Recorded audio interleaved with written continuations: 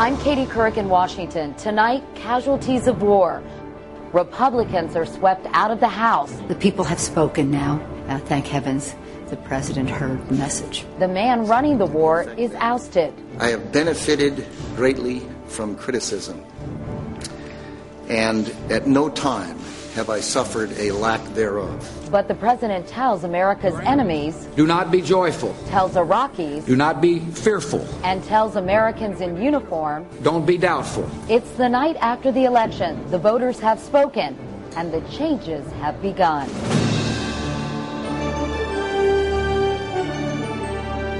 This is the CBS Evening News with Katie Couric reporting tonight from Capitol Hill.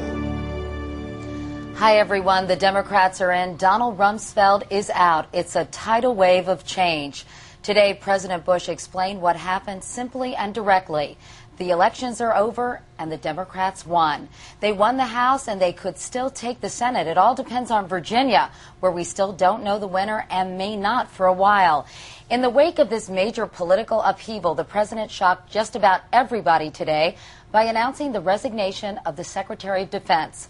For the very latest, here's Jim Axelrod at the White House. President Bush didn't duck the drubbing in yesterday's election. If you look at race by race, it was close. The cumulative effect, however, was not too close. It was a thumping.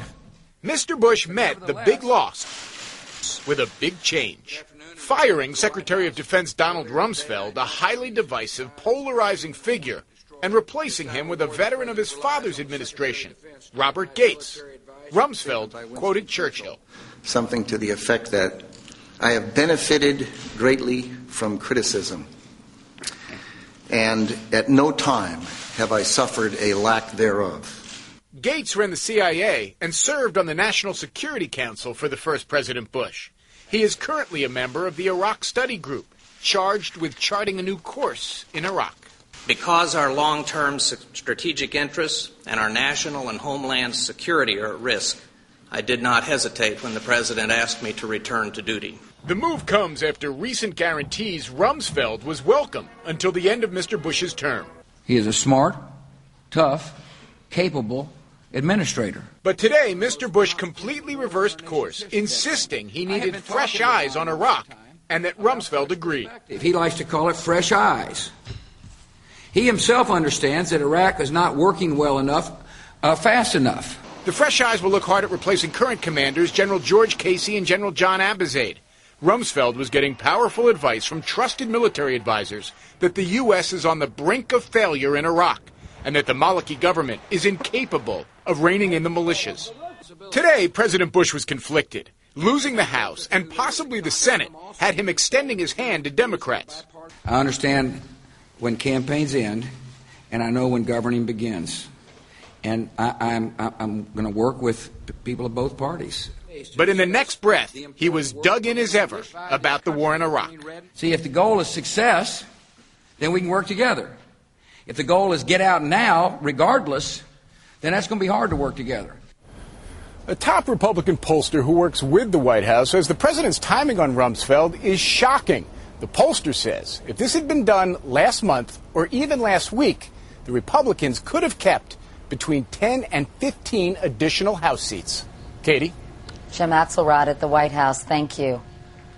With this stunning change at the Pentagon, we want to call in our chief Washington correspondent, Bob Schieffer, as well as our chief foreign correspondent, Lara Logan. Bob, let me start with you. Why Robert Gates?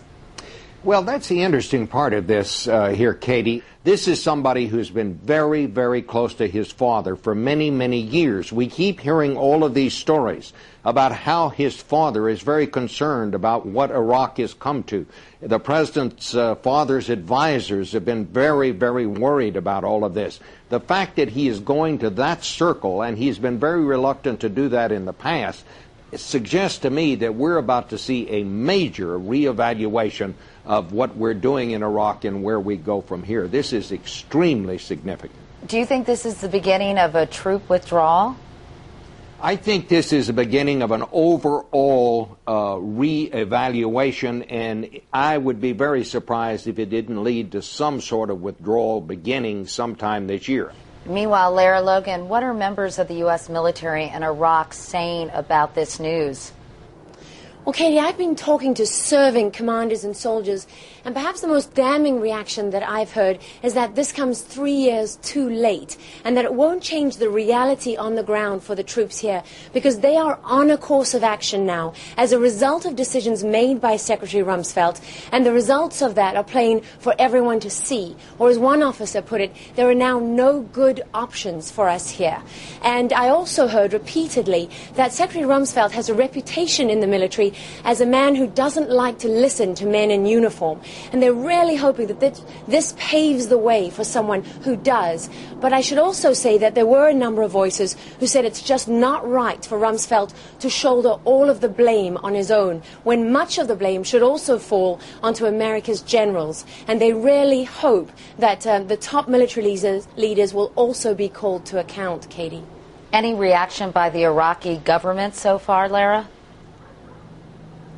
Well, the Iraqi Prime Minister's office says that they don't believe this will change America's position in Iraq. But in their words, they said Rumsfeld and the administration have made many, many mistakes here. And despite that, they are pushing the line that they want a closer and better relationship with the U.S.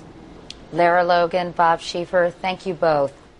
As Lara just reported, Secretary Rumsfeld has been under fire for a long time now from both active and retired military brass, including General John Batiste, who commanded the 1st Infantry Division in Iraq. General, in your view, where did Donald Rumsfeld go wrong? It started back early on with a preconceived notion on warfighting, a misunderstanding of the very basics, a lack of trust and confidence in the military decision-making process. We have a wonderful process to plan, to develop strategies, to figure out what it takes to win. And when you discard all that because you know better, because you know all the answers, because you don't need to include military opinions that are different than yours. Sounds to me that you're saying he was arrogant. Arrogant, dismissive, would have been a great peacetime Secretary of Defense. Perfect. But in wartime, he was the wrong person. Do you think President Bush was loyal to a fault when it came to Donald Rumsfeld? He did offer his resignation, and the president refused. I think Donald Rumsfeld should have stepped down years ago. I think back during the disaster of Abu Ghraib was a perfect point for him to step down. He did offer to resign. And at that point, there was a great transition point, and we could have moved forward. And it is time now to dramatically change what we're doing so we can move forward and be successful. General John Batiste, thank you so much. Thanks, Katie. Others who had been pressing for Donald Rumsfeld's ouster include House Democratic leader Nancy Pelosi, who will soon be Speaker of the House, the first woman to ever hold that position. I spoke to her this afternoon. I asked for her reaction to Rumsfeld's resignation. I think it's good news. It signals maybe a change in attitude on the part of the president. The president is the policymaker. The Secretary of Defense is the implementer. And whatever you think of the policy, everyone agrees that the implementation of that policy has been a failure. Do you think this is the first step to the eventual withdrawal or reduction of U.S. troops in Iraq? I certainly hope so, because our presence there is not making America safer. It's not bringing stability to the region, and we certainly are not honoring our commitment to our troops.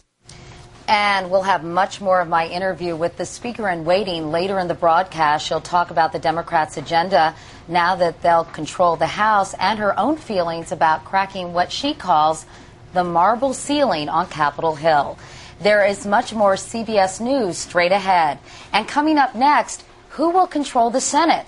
The answer is simple: whoever wins in Virginia. But when will we know? A Campaign 06 update when we return.